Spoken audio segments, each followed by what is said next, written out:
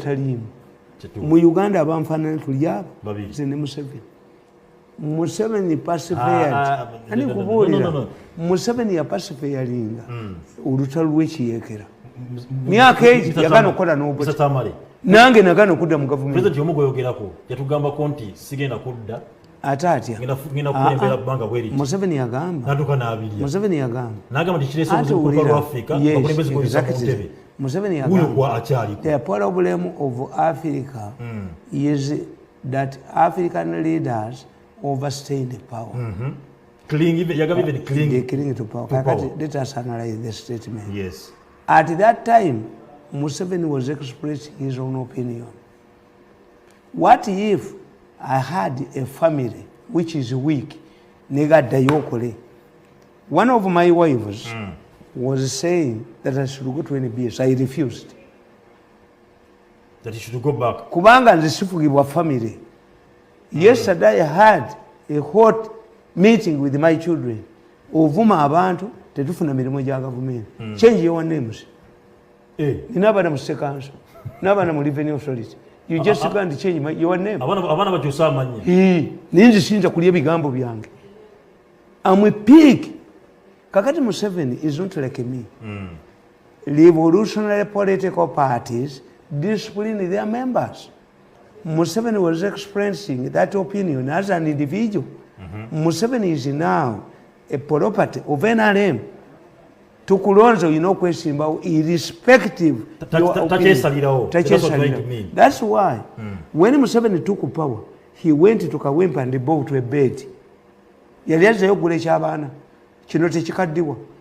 The moment he became president, he became a property of government. Nengalo ye yonekanga abantu. He is a property of government. Museveni is a property of NRM and the government. Which means yes, he is no longer his own opinion. But Mr. Tamale, is there NRM without Museveni? Anti nkubuulira tikati nze family yange tenfuga. Era abasajja boogera ti tukozesa family ye tukozesa ba foreign taina ba foreign takozesa me nze map reader ate nze na budget zetamanze kankulira amazima mu Uganda oli muomo no atali do you believe mu Uganda oli let me tell you couldn't Nyerere have pressurized Obote to give Museveni a job? Why did he go to the bush? Balesa akatambi nti Museveni yagende waligan ligan namugandi why are you supporting Gaddafi? Namuga I fought Gaddafi before you. Museveni fought Gaddafi. Yeah. Abajasi ba Libya bajawan. On which side was Museveni? Abajasi ba Gaddafi bajaw baba kubira katonga. Era Gaddafi bwagende yajjawan the last time nagende Mengo. Abe Mengo nga bagala omukula babbe. Kakati Gaddafi era nabagereka yali nabagereka nga wali omunonyi wa sente. Kakati Gaddafi yabafiira mu ngalo abe Mengo.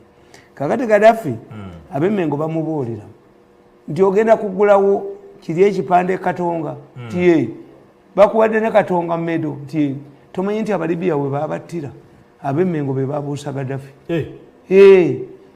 Gaddafi olwava Mengo yafuumuula motoka bali bamutwala ku kipande kiri abe Mengo ne bamubuusa ne bamugamba nti Museveni akuhumiliatinga ku katonga kwe bakutwala ogulewo ekyo ekifaananyi kwe battira Abalibya. Gaddafi yabuukira Mengo bamulinda ku kifaananyi yalabikayo.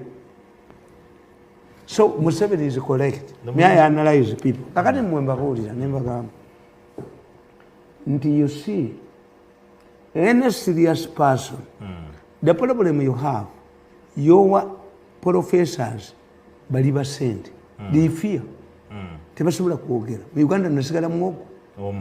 I don't want a government job. I don't want to be an MP. I don't want to be a minister. And I live a simple life. Family yange twatudde ntugivumaganiramu ng'abaana bagamba otubozizza emirimu. Nibaga mugende ebweru ono Junior agenda mu America alidda wano gadda kukola bweki wamukiriza okugenda as long ngenda genda naye as long tayingira by'opposition kuba bajja mukoza mukuumidde wano deliberately singa yagenda ne mu White House naye mukuumidde wano wabula Bobi Wine amukoze Bobi Wine amuyambye nnyo njagala Bobi Wine ekyo nkimwebazaamu kaakati kyoba olaba nti baataddeko akagundi ti Bobi Wine yali alowooza nti bw'ogenda ne galubindi mu kyoto bakataddeko. I'm making money for people. Go. Yes, do you know that many people kati abaliko bameka abeesasulidde bali bameka namugamba nti gwe Bobi Wine bye wazzeemu biyita byakuzannya si byangu ebyobufuzi biyita byakuzannya olowooza nti gwe basala embalu bamusanyalaza kakati mbagamba and if you had professors of political science and psychology bali babuulidde the situation prevailing in Uganda, any serious person consider Libya, consider Yugoslavia, consider Zimbabwe. The situation is you are heading to these 3 countries. Uganda is yes. Why? Let me explain. Gaddafi yafuna international isolation like the one we have. Gaddafi navuma America. They are rats, they are what, they are what. Nganga mukono gwo byakikoze. Kakati abazungu bagezi nnyo. Tebakalaba gwe wekka. And they design how to overthrow government by a prevailing situation. Batwala we Panama bakuba Gaddafi. Waliwo omusajja we Haiti. Ye yabagamba n'obaga nti mukuŋŋanye emirambo gyonna egy'abafa siriimu tukolemu obuganga baba America bamuggyako. The person who knows the Americans is Uhuru Kenyatta. Humbled himself, went to the ICC. Yes. But bali mu kuzoom. No, I'm explaining. Kakati Gaddafi bamukuba badisooyinga ebintu bye naye batisikoni n'amubuulya ne yeekweka ne batanadaputedi daughter we. Kakati ne bajja bafuna situations bbiri. Russia ebyo byonna bye Rwanda mu Syria wano Russia teyinawo n'Abachina they can give you money to organize a function but the Chinese have never died anywhere. In spite of their numbers, the Chinese don't die. Ne Hong Kong anti kugambi wali obalabyewa walabye mu China alwana ku lutalo overseas. No. China has avoided the war for 70 years. Ali kubizungiriza naye ku lutalo talwana because China is a continent. China ina abafere communist party kati yababbi kabaka president waabwe kabaka ono president bamufuula kabaka. Okay. Mu buwanga bw'Abachina buli lwasi omukazi omulungi aba wa Kisirani is only their president now who is married to a beautiful woman. Kakati nze nkugamba ti Gaddafi yakuba bamukuba Reagan yamukuba n'asurvivinga era yamuyitanga Reagan si Reagan Reagan. Kakati Gaddafi n'akuba Panama n'akuba ennyonyi y'Abamerika yattira mu Bafalansa debris zaafulinga Scotland. Kati Gaddafi n'afuna omukisa. The Russians blocked all available channels to give Europe gas mu winter, severe winter, n'abasaba gas. Some European countries were collapsing. The British ne batuula ba mirundi baayo. Can't we rebrand Gaddafi and get access to gas, cheap gas? They rebranded Gaddafi kuba batambula n'amawulire gaabwe ne bagamba ti omusajja baforcinga Gaddafi na negotiating. The people who negotiated, who saved Gaddafi, Museveni and Mandela. Yes. How? Anti bali bamatadi ugende Libya twayitanga Tunisia. No fly zone. Kakati Gaddafi bana ne bafa mu malwaliro ne bakola. Gaddafi n'afuna omukisa. The British were looking for cheap gas. And the alternative was Libya.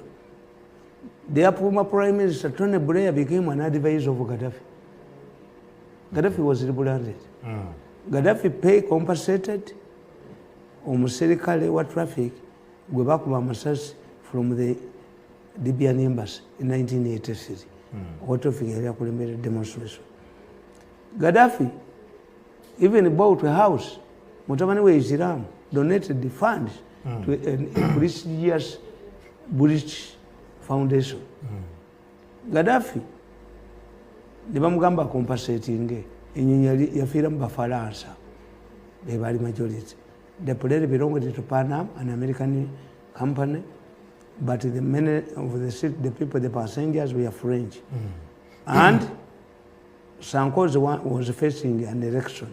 He wanted the money. Okay. America didn't want Khan, the president of IMF. He was a Eurocentrist. Yali agala nnyo Europe. Ne bamugamba nti yakutta omukazi. A black yamwalidde obuliri. Yamukutte. Kumugaana kwesimba ku ki. Nabo babiina. They undermine you. They go to the bush, but a different bush. Okay. Baali balina omusajja ow'amagye Geno nga FBI nga bamusuubira nti Democrats ba Republicans bwe bagenda okuleeta bamwandamayininga tiyayagalamuko omusajja naye nga tabamwandi kitongole kirala ne bamugjamu ne babikola. Kakati Sarkozy wants money for campaign. Britain wants gas. Who has all of these two? Is Gaddafi. Gaddafi was rebranded. Nagenda ne mu UN. Nagvera ne Kagundi, chairman of African Union. In 1983, Gaddafi was fired by America to become Muyaliko secretary Gundi. Kola Muyabula Libya. Muyina kuma twice. Katibagala Gaddafi abere. Gaddafi na abera. Gaddafi nagenda New York. Natekawo tent ne yebaka. Ye is a desert Gundi.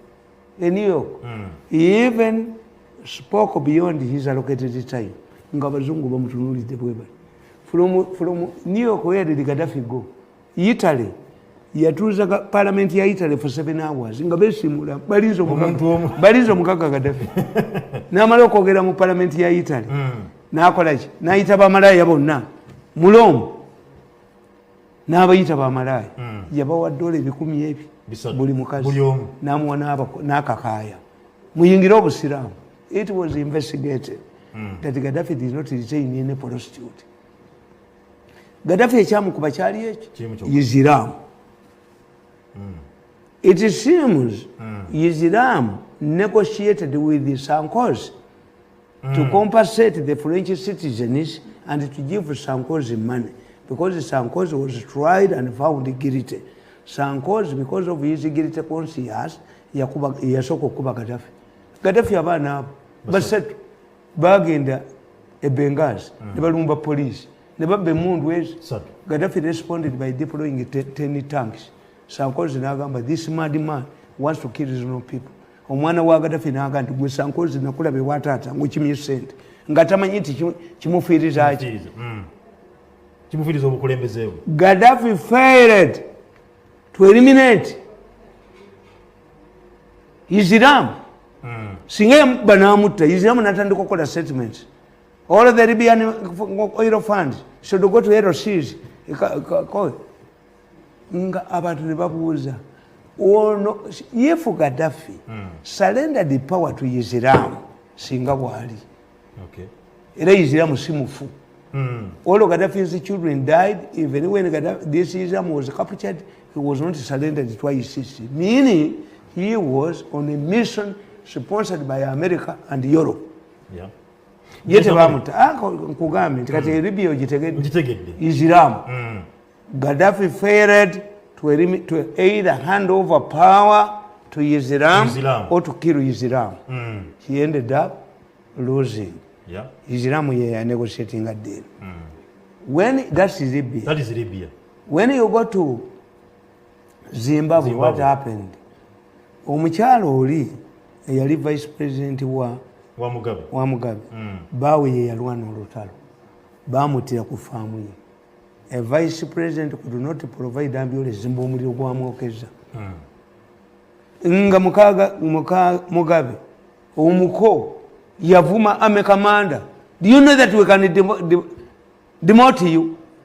Omuko bamunoonya baleeta omukoba ekyatuuka ku Mugabe Mubarak yakimanyi kati Stan yakimanyi okwepanka ku magye. The reason in Zimbabwe was this is what many Uganda commentators don't understand. Olutalo lweruweru lwamala emyaka etaano, the shortest in history. Kitegeeza and abagenda mu nsiko baali baana bato. Why are they still here?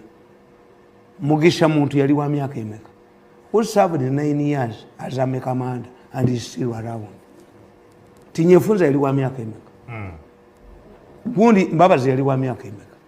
Tumukunde yali wa myaka emeka? Which means the people who went to Luweero are still around. They're still around, yeah. They can be silent, but they're still around. Can they allow Lwabogo to take a power? Lwabogo ayagala power. Can they allow him to take a power?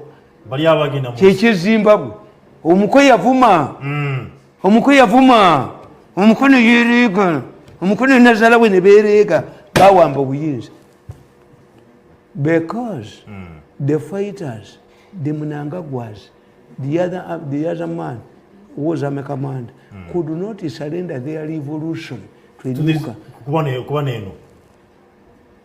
Bawamba Mugabe. Kakati nkugamba. Nti Yugoslavia. Look what Yugoslavia politically. Waliyo Tito. Tito alinga muyite Museveni. Tito yali ava mu Bakolesha, a small tribe in Yugoslavia, not the Serbians, the Baganda. But the Serbians had also their man, Okulayila. The Serbians who dominated the army, the Serb army, the Yugoslav army, supported Tito, like Baganda supported Museveni. When Tito died, after 6 years in power, they said, let us have a rotational presidency for 2 years. For 2 years. Buli muntu afugeko. The arrogant Serbs said the coalitions should wait for 36 years. The first country to be declared, I think it was the French president who declared the coalition. Coalition became independent. If we cannot rule, we can wait for 36 years as Abasabu Nebabagamba. You are free to go for independence. Why? But wali enyumba y'omusabu wonna waffe. What if the Banyankole today say you are free to go? But every property, wali enyumba y'omunyankole waffe. What happens? This is what happened in Yugoslavia. Okay. The Serbs said, because they were, but before Tito died, Tito Yalimesa ready army to go to Yugoslavia. Yugoslavia is divided into 4. When I see Baganda have gone, Baganda written us paper. The Baganda have withdrawn from this government. Yeah. Baganda, when you see Baganda voting illiterates, they are preparing for a riot. A riot. Buganda buli lwogiraba nga abagezi ba Amerika ekyambadde baani babasudde. They are preparing for a riot. Kiba kivumu. Humiliation. In 1966, Mayanja Nkanji did not chair the Stomero Chieko that first declared that the central government should leave Buganda soil. It was done by somebody unknown. Ekiteeso kyaleetebwa Lwasa Mayinja. Ekiteeso Lwasa Mayinja kyaleetebwa unknown man from Rakai, from Kochi, even Kangi himself. Mayanja Nkanji told them, I'm a lawyer. If you chase away the central government, or better we receive an opportunity to hit us. Okay. Bamuno akakasajja ka mutima, and interestingly, Maiga is from the Mutima. Anti nkubuulira nkugamba. History repeats itself. Yeah. Kakati Maiga is demanding money from Museveni. Otumeta Buganda tebanja. Anti ebanja bakajiwa mmeka. Anti Maiga amanye ekiri mu government. Kakati Busoga. The Chabazinga of Busoga is supposed to be an aide of Museveni because Museveni gave him a job. Did you see Chabazinga as a function? No. Swearing function? No. if Buganda goes and Busoga goes, are we not moving to Yugoslavia? That's why mwemba gamba timulinga abana mulinga banu abala ba Jesus yabagambanga. Me, I said these things why? Because I know I said them in a good faith. Okay. Nobody will arrest me. But I'm tickling your minds. I'm tickling your minds to understand the situation. Yeah. Which situation are we having? Nabaganda Museveni ayinekeze. Museveni ekizibu kyayina si ky'abazungu famire ye. Abaganda Bayibuli ekugamba nti omulabewo anaabanga mu nyumba ye. Nobody is causing trouble in this country nga talina Luganda na Museveni. Abatabanye eggwanga bona. Yes. Olinganga gandi President Museveni yalayiridde bwere. Anti nkubuulira negamba nkubuulira negamba fe Abaganda tulina engerezi to describe the current situation. Having analyzed what happened in other countries, I move to my final submission. Okay. The Baganda have two proverbs. Omuganda akugamba semusota guli muntamu. A snake in a cooking pot. If you hit it, you also hit the cooking pot. You will not, because it was not easy at that time to manufacture many.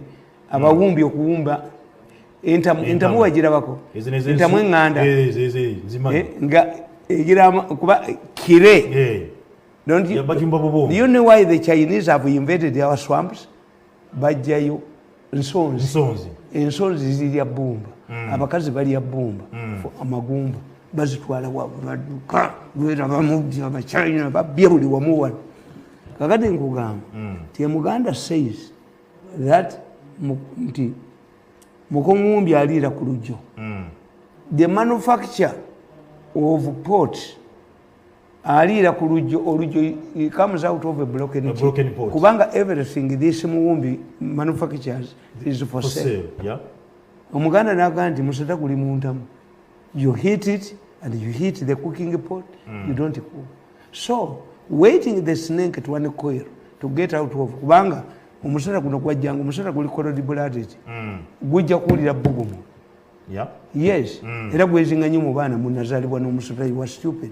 Omusota gujja ne gwezinga mu mwana okufuna ebbugumu. Kati abantu abasinga obujja bagamba munazaalibwa n'omusota you are stupid. Kakati Omuganda kugamba nti semusota guli muntamu. Museveni alina omusota oguli muntamu. Agukube entamu eyateke oba alinde omusota gugende tajja kulya.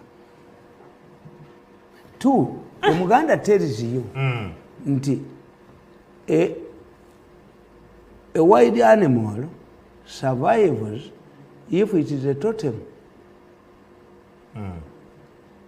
Omuganda agamba kisangaata ekitte embogo yasanga Mukwenda mu Lwera. Mukwenda was one of the powerful Baganda Saza chiefs. So on his way to Masaka, he came face to face with the buffalo. The buffalo killed most of his people. Why? Mukwenda belonged to the buffalo clan. Yaita sobola jita. Netulugunya ne ba embogo netta abantu bonna be yali nabo. Mukwenda could not kill the buffalo. Yeah. Because Mukwenda belonged to the buffalo clan. Kakati Omuganda explains the situation we are in. A snake in the cooking pot. What is important? In fact, let me tell you. Kadaga and Yolanya just victims. Before you go to Kadaga, these are victims. Before you go to Kadaga, the person who wants to use Kadaga, who uses Olanya, Olanya would reject it. Before you go to Kadaga, yes. Jaro Nyambo, ebintu biri biri. Tuze nimukogera ke neso ngaja kunya kuza eza nkutomo babiri wazi pema nago nobabo ziri biri. One, Museveni mukogera ke. Yogeda about na agamba te abazungu not tebaswa kumusabeza about democracy and good governance. Yes. Dala mutufu President Museveni, Okalu Africa, yekande mutufu ogante basabisa governance and democracy. What Museveni's government is suffering from, we call it political hygiene. When a system overstays in power, it develops political inertia. Museveni ekimubonyabonya ayina omuntu atawanya gavumenti ye kwata sobola kwata embogo esanze mu kwenda mu Lwera. All of these issues you see, abo bonna nabagamba ne bakuba n'omwana wange ti Besigye yalimba Kandiho n'alimba n'Owaiso ti abaana ba Bobi Wine Nuupu baagala okwokya ekibuga. They went to Museveni. Besigye yabiyiiya. Besigye muli mukwata mukuba akatambi. Besigye mukuba akatambi. Mukuba akatambi leti Besigye challenge me mukuba akatambi. So Museveni was deceived. But Museveni said, oba bazzukulu bange baagala okwokya ekibuga, preempt them as a leader would do. Mubakwate, mubateeke mu centers tubasomesa. Museveni says, you deal with the authors, not bano bebakozesa. Abaana abazzukulu bange bakozesa. Mubasomese mubawe ne sente bagende bakole emirimu.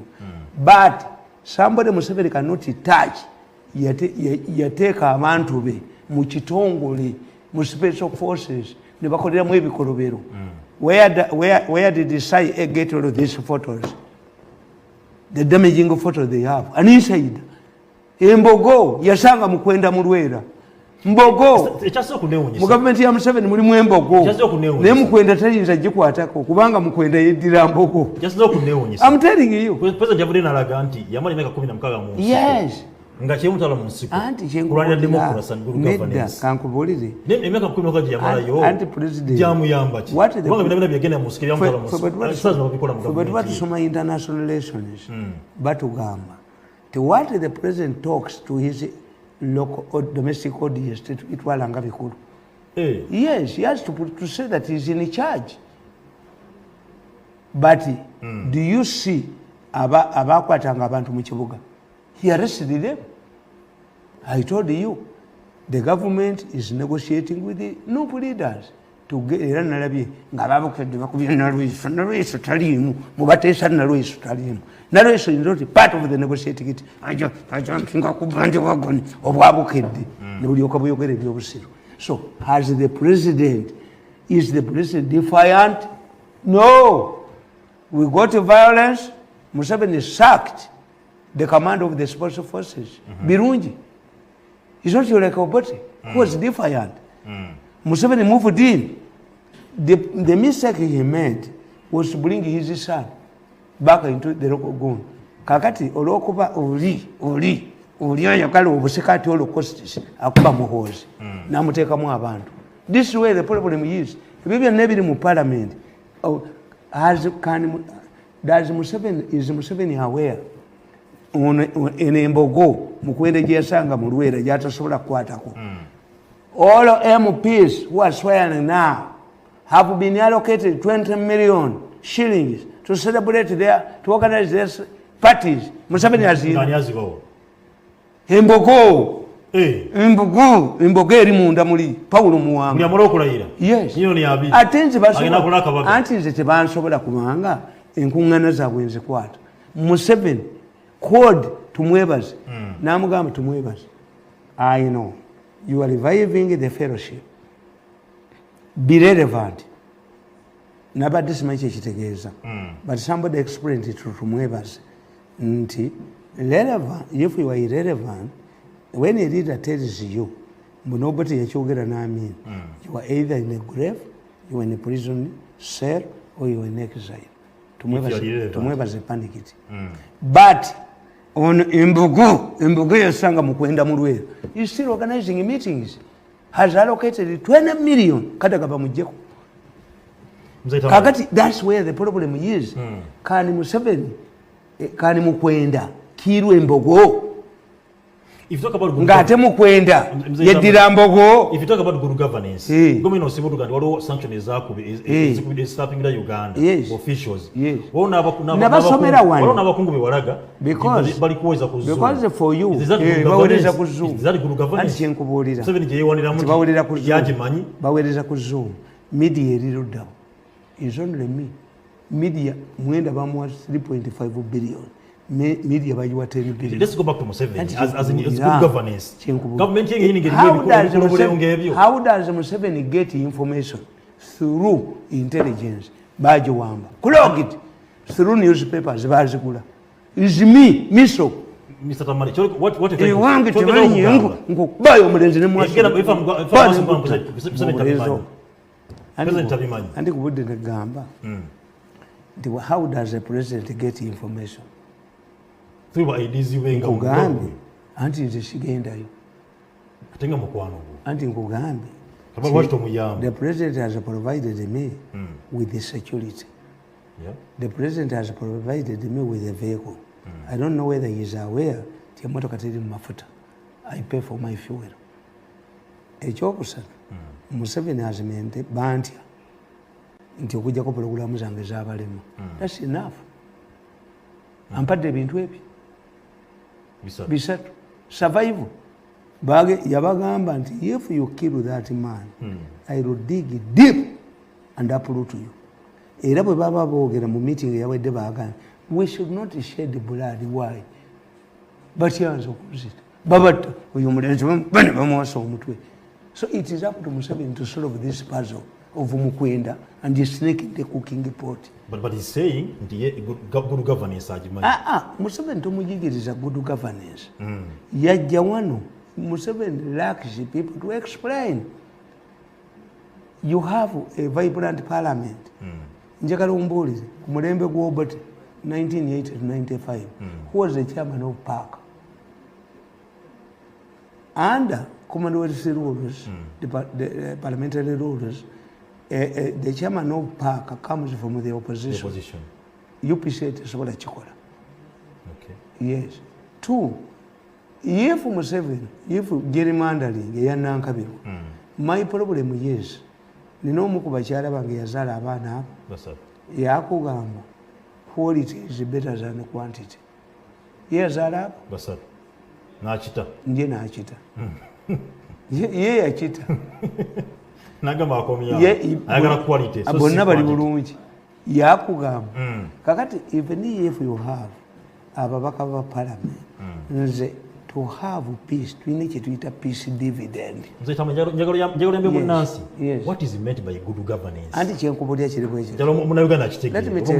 What is good governance? Anti kyenkubulya tulina benchmarks. A free media, free and regular elections and gundi. Kakati oyagala kyekirala. Is our media free? Kyembabuuza is our media free? How? No. You are suffering from professional occupational hazards. Tell me, tell me a journalist who is languishing in the prison for doing journalistic work. Tell me one. Ono muvuko ono ene mbobubwa etaina kyekola oyo akavubuka akali amba mawuli. Kakola wa kakasajja kakola mu lupapula kyesibayi bakaitania. Why are so many restrictions? I defend journalism more than that idiot. He gets only European money.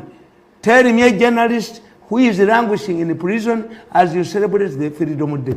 You are talking about occupation. Tell me, I will tell the president. Amakage nafumbamu ninayo balamu bange. I can get audience with the president. You tell me where we can buy tear gas that covers where it confronts a journalist. Tell me where we can buy bullets that those are occupation hazard. In fact, it's because of failure by people like Nabakova. If I was in Nabakova on Media's Day, I would get the report. How many journalists have died in doing their work? How many journalists are in prison? Uganda does not have a single journalist languishing in a prison for doing journalistic work. Galiwa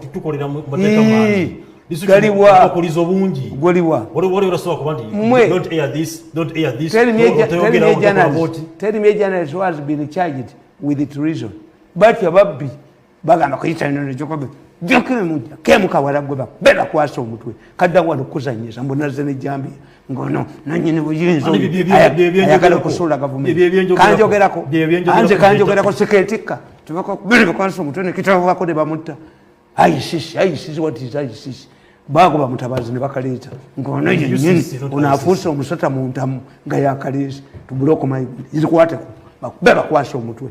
And if you governance, and for you are timid. Me, social media egalwa kwena musalako ku social media egalwa information let me tell you tugenze mukalumiza the president is receiving bad advice from your people you call banabako.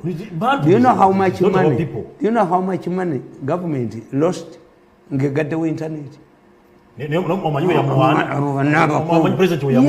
anti kakati lose anti kyenkubuulira nti abo bebamukola obubi nga ndi mawulire nga nze minisita nyiza n'okugalawo.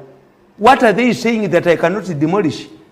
Tell me an opposition person what he can say which I cannot demolish. Nkubidde magogo esimu ku makya ne mugandi magogo banno bakutwala mu fufu. Magogo aŋŋambye fufu efugibwa mateeka ne magogo n'aŋŋamba nti minisita Morocco aŋŋambye Morocco naawe walala naŋŋamba nti Morocco the minister yakulira fufu yakulira ekibiina kyayo ky'omupiira. Yes. And has given me another country where an equivalent of Mukahanizi is the chairman of fufu. Why should an equivalent treasurer a gundi nga Mukahanizi ayingira mu fufu? Fufu omupiira kati gwafuuka business. This is why the Chinese abantu bonna batunulidde ekintu kibu. There are two people eyeing China. The Catholic Church is eyeing China. If 1 billion people convert, China in 40 million people, Catholics. The only problem is that the Catholic Church in China is controlled by the Communist Party. Bishop Bakanari Paparonda is not recognized by the Vatican. Recognize it. To another person who is eyeing the Chinese is FIFA. If these people, Museveni yayigiriza abachina okunywa kahawa, bayite bamunywa. If the Chinese can join soccer, they are training because it is money. America is training because of money. Kakati the moment bali angami chengeza ko kugamba okimanyi. He has defended his position. He says nti amateeka agafuka fufa sigawan. If they are challenging me, I can quote examples. He has told me about Morocco. Has also given me another country which I forgotten because I was angry about this Mugundi, but he defends. Why doesn't Museveni have defenders? Wait. They are mediated. Yes, whenever Africans get challenges, omukulu talabwa mukamwa lwaki oyina omumu lwaki tolaba mukamwa ng'oyasami. Train people who can defend counter. Nebo bodi ya mirundi n'omuteeka embu n'oteekayo gundi ono mwala bamuyitani bakusasira bu type yaabwe mbakuba ne bateeka ku ttaka. Era nkugamba if I join the opposition, two things will happen to me. They will shoot me, my head, oba minzani ejja kwewanika. Opposition eberengeri waggulu nnyo. Ngandala. I reform the opposition. Kubanga nze sikkiririza mu coercion. Wekyenkubuulira ani yali azze wano nenjogera ekigambo nanvuma era baddamu ebyo mutamiivu muki? No, okutamira si issue. Have you responded to what I've said? Nti I've said nti when you look at Libya, Gaddafi failed to contain Islam. When you look at Zimbabwe, the same. Mugabe's wife omuko yavuma mekamanda tusobola n'okukyusa bamutwala olutwala ne kalubindize. When you come here, yes, tuyina aliwo atayogerwako, tuyina embogo nga mukwenda ati ogikwata. Tuyina Paulo Muwanga. Let me tell you, Paulo Muwanga, do you know why Paulo Muwanga overthrew his government? Muwanga, I think he wanted to rule the country, but he knew that he had to bring Obote back and undermine him. When Obote came, Paulo Muwanga became vice president and minister of defense. Obote could not have entrusted Paulo Muwanga with the defense, but Muwanga had become the chairman of the military commission. Nga Museveni ye vice. Muwanga did not recruit Baganda from Mutukula through Masaka. Then he gave Museveni an opportunity to begin to Kampala.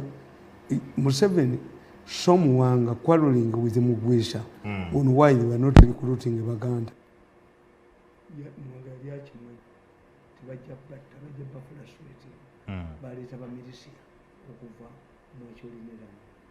Kakati by the time Chikosi Marumu came, Museveni had never seen Zamaji. Kakati Obote realized Muwanga had to be tamed. Naye Wakasisi proposed to Muwanga. Why proposed to Obote? Why don't you appoint Muwanga Minister of Finance? Obote namuga nti ho empisa ejja kuwoza akatale ejja kubasizana Muwanga yakala nnyo ssente. Kakati Obote n'agamba Obote in the 60s enjoyed the quarrels in UPC because those who were quarreling used to come to Obote as a father. This is why UPC split into groups. UPC Science, UPC Syndicate, Gaya Mwankole. UPC Science yali yawo. Anti Mwankole, Gabayina Biri. UPC Science yabasoma, ne UPC Syndicate. Gabayina UPC Nkomba, ne UPC Mfungulo. Ngabo ba Mwankole. Abanyankole. Bayina UPCs.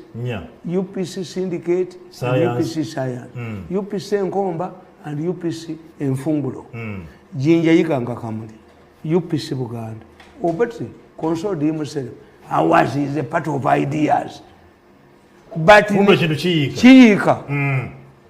Kakati Obote nayakata tutemu Muwanga. Gundi ulisi Lwakasisi tabawandikidde kitabo akoze bubi. Lwakasisi became Minister of Tourism. Nagoba Muwanga munene maaso. Nti bajagala kujira appreciating. Eyo gyolaba eno Gundi Sheraton kyali kisiko nga tusobola kuva ku Speak kugenda ku Sheraton nga bakwatirawo abakazi emisana ttu. Era bwe NRM bwe yajja mu buyinza twaluyitanga lujja nga banaire Breweries baleeta omwenge paka abasajja lwe batandika okukwatirawo abakazi nga batamidde emisana ttu. Eyo Imperial emitayimbwa gyaliwo era bwe baali bayisa ssente nga bano bafati bwali badduka ekkooti y'embalala empale kabaale aliyingira Rwanda nandawe anti nkubuulira kakati Obote bayisa ssente mu parliament okwo Meriton ngayo Sheraton bagiyita Meriton. I know why the DPMPs don't want this money to be passed because it contains the name Meriton. Ne Meriton yali mu nseko ng'Obote ye president. Kakati Gundi, we had the North Korean commandos, we had the British Advanced Military Training Team, because at that time, Britain was under Margaret Thatcher, and Margaret Thatcher was saying, give military a chance. Uganda needs an experienced hand, and that hand belongs to military. But to Tanzania, they were training Gangamaje, Okuba Museveni.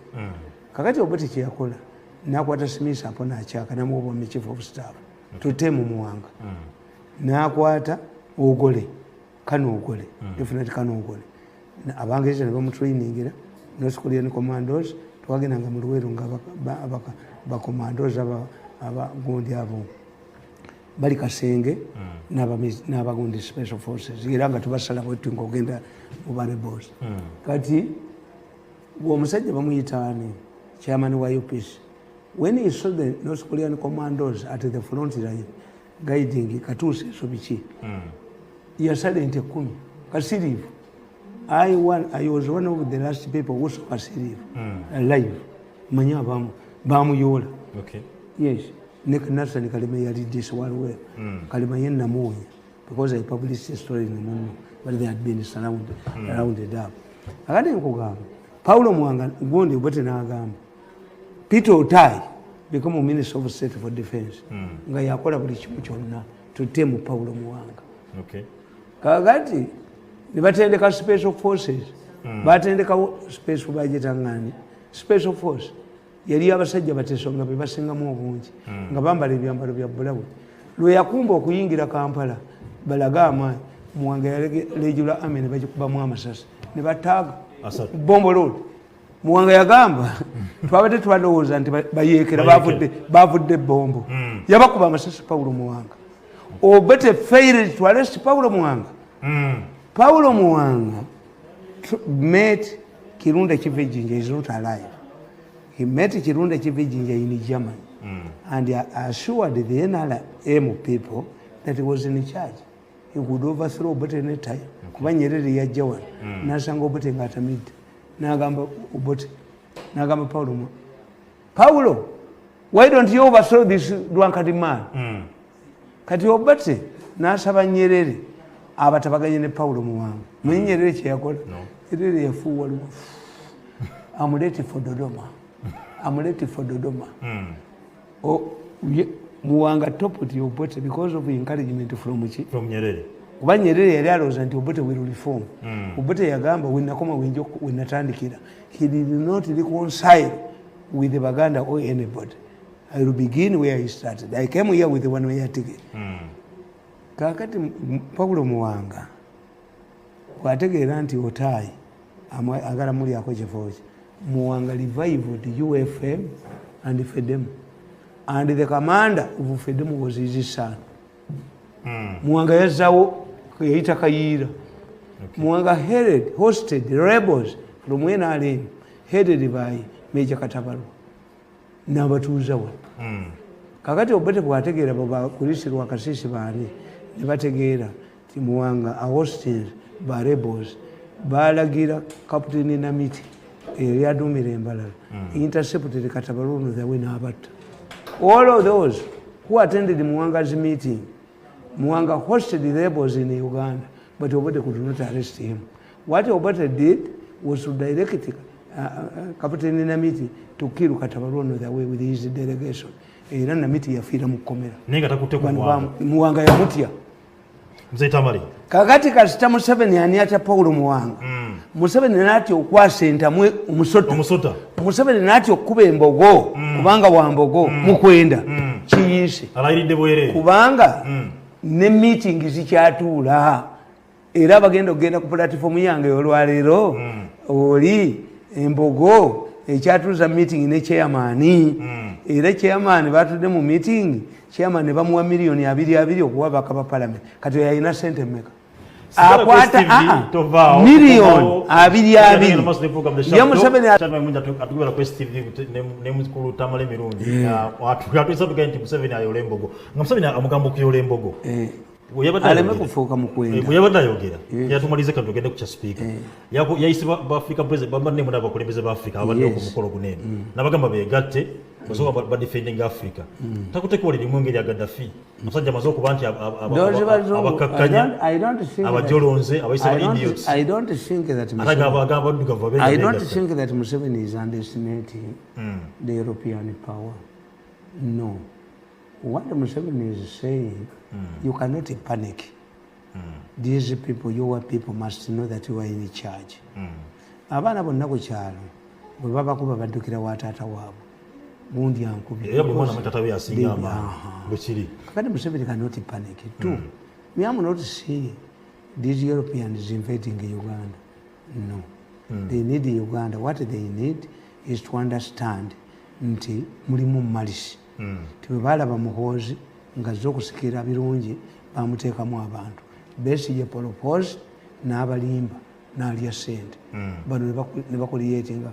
How many cases have we seen Europeans targeting, Americans targeted in Iraq, Chinese embassy because of poor intelligence? Americans have bombed the civilians for poor intelligence. Yes. So it means that this government, me, I'm happy. We get people like the Avalis, we get people like Kutesa who are known, we get our diplomatic corps. This front can be solved. Why? I'm not seeing any future violations of human rights.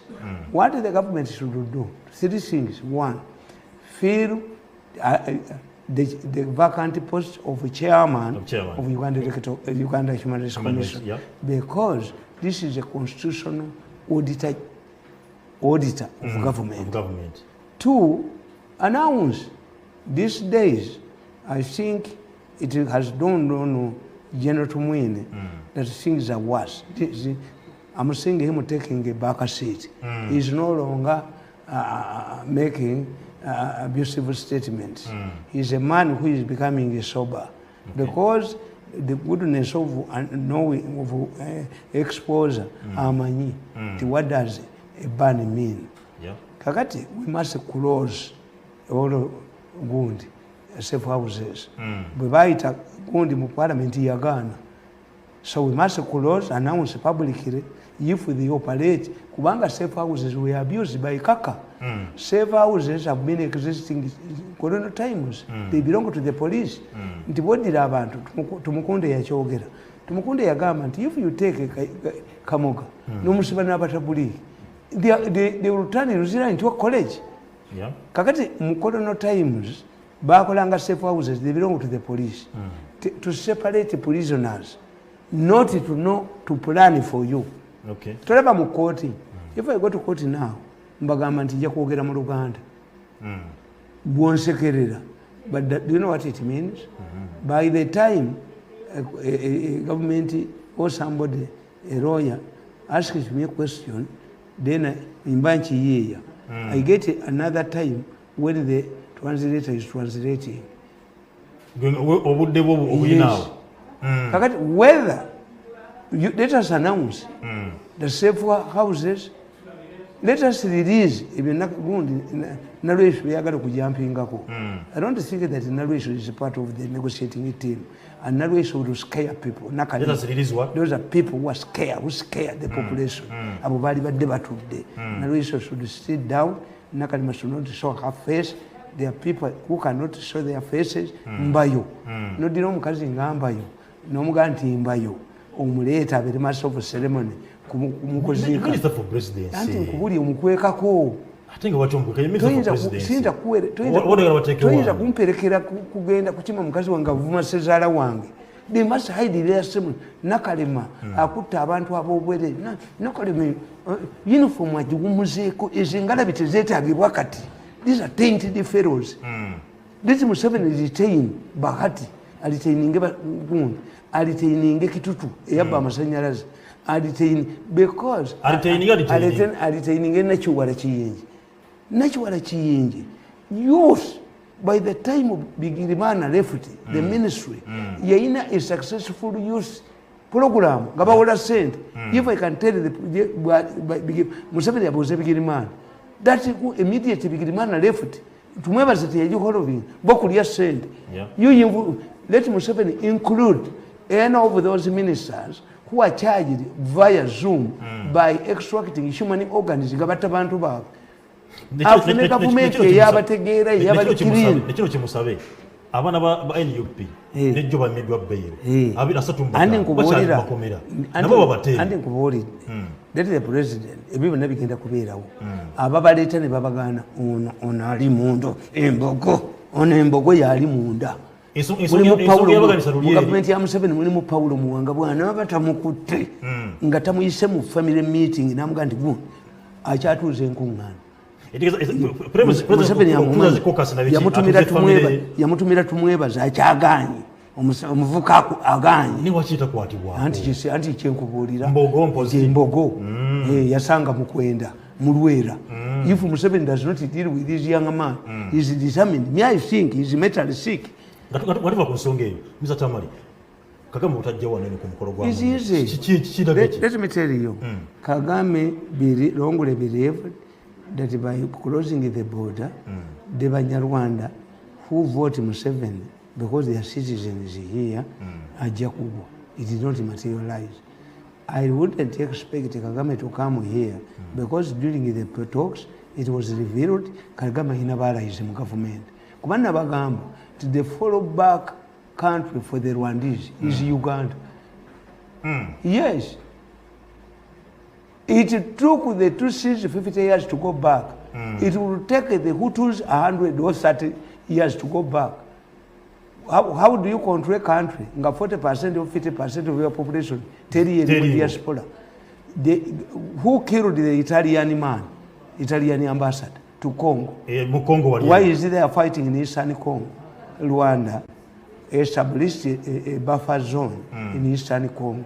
It cannot trust the administration because it will allow the Interahamwe gundi yakugamba gundi Nicole Machiavelli yakugamba anybody who has helped the prince to come to power must be eliminated. Rwanda will maintain hostile relations with Uganda. Why? They want to assert themselves that they are independent. Yes. How your friend mukwano gwa agenda kuita kwitengeta Africa ngane document ya solve issue ngeno okubanja ze oli kumbi mutabani anti bwe batula no bwe batula nze kyebaga nti mu Africa tetumanyi sovereignty. Yes, nakulira wa muganda wange, does he give me a gun? Orders? No, he doesn't. John Abadeo, Samurabi. Did I ring him? And when he wants to influence me, omulabaze ajiwakana, he recognizes that nange wasajja kula. Yes. Israel gets money, more money from America, but America does not good direct. In fact, when Clinton pressurized with the Pope Johnny Pope, pressurized the Israelis to talk to the Palestinians, the Israelis responded by two things. Badira Clinton nebamuteka ko mukazi lewenzike nava kuba Israeli natandika kulwana naye Kerezia baje kuba mu America neggwawo nga buli bishop cardinal yashia kwa obwana. That was the Jews.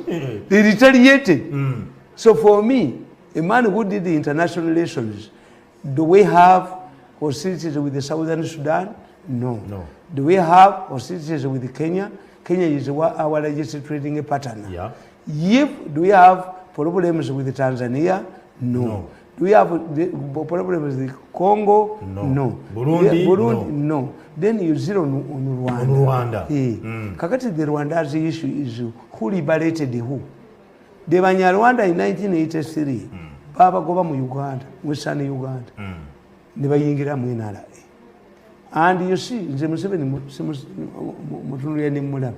Katonda ajamuwa nnyo. Why? Tulina ekyetuyita Lucifer theory. Lucifer theory means that the person you have helped pays you back in a bad way. Nze bwe nabakolera balowooza kunda nti ono omulenzi ono mutoni wa Kajiji nantwala mu mediation nalingeze era nvuma kana akasajja kana akayino olwakulinga olusingo bakukubye omusajja baliya kwakusibye mu komera nojjana babadde bakookeza tebajja kkatta tayinza kuba musiru wooti baliya kunakusiba mu komera kubanga balaye era nakusiba mu komera nakuteekako emada charge enkya nojja n'okola ng'okola ki myeka nooti siyinza kudda kakati nkugamba nti Abaganda bakugamba nti ente emu tegaana ndala kunywa. Rwanda, we have a problem with Rwanda. Why? We are part of Rwanda. Yeah. Yes. The Banyarwanda, what me kyenjagalira ennyo ekinsanyusa, in spite of the quarrels at the top, nabagamba nti President Kagame singa twali tufunye Rwejema tebyali baddewo. Because Rwejema was taking Museveni agenda naye mu Nasawa had a fatherly figure. Okay. Yes. Nti me, I support Museveni. Why? Namulabako nga bannalwiso batudde. Museveni bamugana navumye mukazi we. Netutula fembi ne tukola apology twalide mukazi we. Wavoko nakana nga mpito mukbye paka ekyo lwendi mujemu atangamu namanyira. Kakati nkugamba nti namutunulya Museveni bwenti nga awulidde teepu. Lweje gundi Kagame yali mu kubasiima ngo intelligence. Okay. Kakati when did he contact Museveni? Bano balwejema bandi the mistake the government did. Nti balweje bano babayingana badokita bayingana bano babuje bwe batalwejema ate nabano babata. Okay. Yes, it depends. Kagame yerwanira olutalo lwefu lumuziro. Okay. Ensonga njatukwale ku nsonga ya Kadaga. Lwaki lift eri awo bitu lwaki otalubungi amanyi gavuddeyo mangi ku Kadaga nawandika akatabo kange kubagenda ku speaker. There is no problem between Kadaga neseke kuba nti etuula nti Kadaga aveewo ono omukulu. Let me tell you, namuwulidde ng'ayogera oyo omukulu nannyini ensi namuwulidde ng'ali ne chairman. He is saying he doesn't want Kadaga. Why? They are going to make amendments. Where? Bagenda kuzaawo term limits. In the constitution. Museveni bamukwatireyo. Bagenda kanti omuntu tafuka ggwanga nga 85. Okay. Bakuza age limit. Yes. Ono omusajja omulenzi oyo wants to eliminate would be potential candidates. Abamufaananya kuba Mbabazi n'amala akomawo bagenda mufuula wa bigere. Mbabazi ayinza okukoma wano agenda kukola ki kateekayo yakola ki Lazaro yakola ono omwana abakubirawo ekyeso ffe butoto tukikiriza kubeera ku muntu bagenda okuba Mbabazi bajja kuba Mbabazi ono omwana nga Museveni kyamukutteeko is determined nemuwulidde ekiro has been chairing meetings ne chairman ekitegeeza takuba kadaaga ye yagamba Abaganda tuli condoms tuli for business he wants era yakugamba nti pulaani y'okuleeta olanya nti amagye bwe ganaawamba gavumenti gasobola okuleeta olanya nga ceremony yo president speaker akwata power ono omwana Museveni ajja mwekulyamutya oyo mami tayagala kadaaga bati baliye mukuba butambi adduke anzita alabe abambala kino kuliba mukuba mutwe bagwasi nange nina ba allies mubambala kiraka waliwo pulani yokuba amagenda kumba gavumenti essaawa ye bwalowooza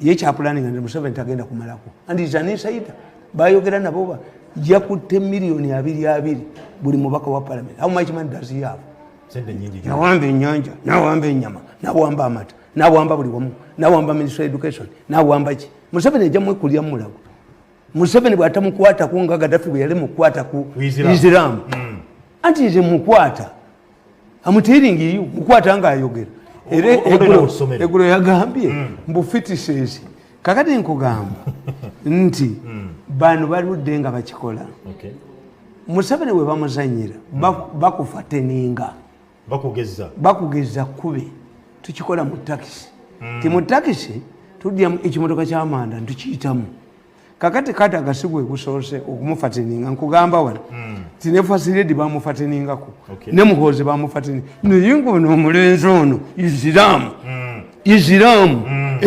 embogo mukwendo gyasanze mu Lwera ate anankola ki mukuba obutambi bwennyina nga ddoboozi lyegenda ku gogo.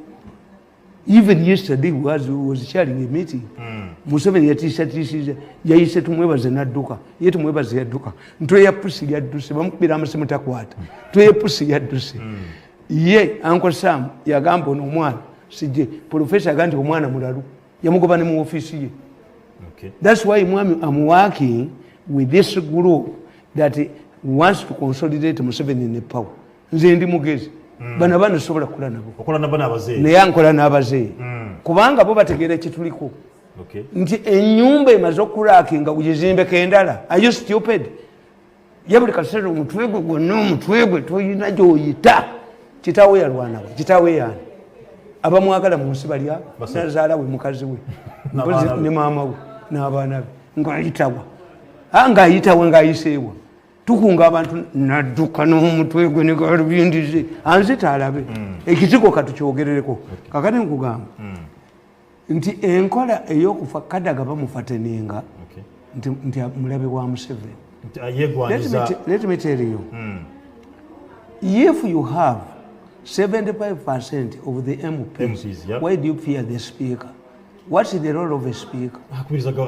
Yes, you can bring a private member's motion provided the government agrees to sponsor it. Yes. Kakati kadaga abalidde kuki ono omuvubuka yayagala okuba buli muntu naye bwekyojoga wejoga mwana yanjoga naye nze tansobola nze nashiriki yange nsiri muntu olumba olulimutta luliva kunze ate nyinza omukuba ebikomwenda nomukuba ebikomwenda munyonyi ngaawulula bebikomwenda bwasitukabebikomwenda bwasituka nze tansobola wano mu Uganda nti waliwo ansobola gwereeta essasiro likuddire teri agenda kukuba ssasi neritamuddira ekyamu assured nobody can kill me and go with it. Kati nkugamba nti si kyekisoose okufateninga. In fact Olanya would just say no because Olanya is a pawn in a chess game. It's just being used? Is used.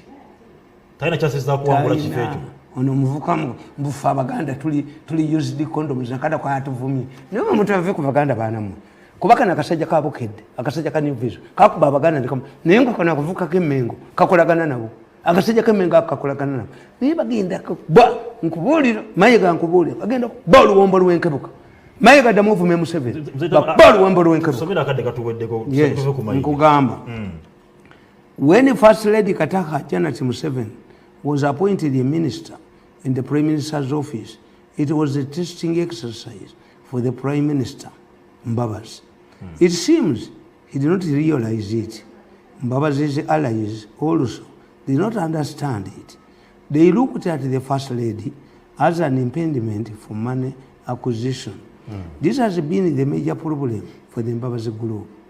Omanye Mbabazi ina mu group kati yaba nibajita fellowship nejukuba eko babadde bagize Museveni n'abayita tumwebaze nadduka naye ono omulenzi akyagenda mu maaso ne chairman if the president bagambye let's suspend tumwebaze let's suspend the activities for 6 months kitegeeza suspending kitegeeza have you abandoned the project naffe tubalinde tulyoke tuyiwa abantu mpazi kapito muri gitwala gitalama mwenye abataka byalimana kapito bayi wano temujja kubeera mbabuli mulenzi oteje kufuga bwe tajja kufuga wona fe tulina wamaanyi mpozi nga kapito gitute kitalama group they wanted to amass wealth thinking that they were too clever to be marked or because the Prime Minister was controlling the IG's office and directly side as well as controlling the media umwana onajiriza Museveni tayina media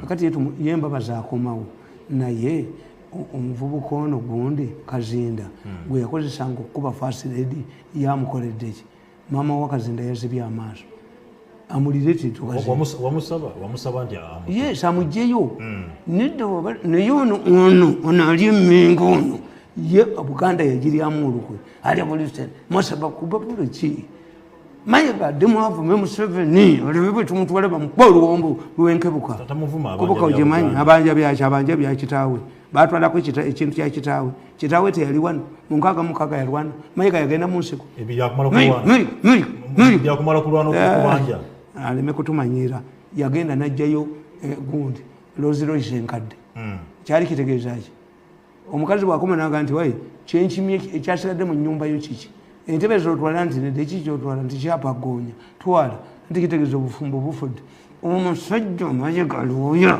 n'ogende wa Museveni nga kyobanja Rolls-Royce enkadde ate n'ogamba nti obanja ni mulenzi gwe lwakitowumulako Katikiro wa Buganda yagenda e Bungereza nagamba Queen namugamba ndi nkolere ndi masanyalaze n'amazzi bamuta naye kati buli omukyali naye mayiga mu bintu bye waleka wa Museveni n'okyolozi n'okanga katakanga bwati ne kero bintu sinakanga bwati ngomanya ye yabudde kugamba nti Mbabazi yalowooza Museveni yatega Mbabazi because yamuwa First Lady n'agenda as a junior minister Mbabazi yategeera nti ali ku test how will you treat the First Lady my wife if you become a president teyamanya nti ali ku testing kakati kana akafere kana akesironko kagundi ako nekagamba nkugamba nti the Prime Minister was controlling the IG's office and the directory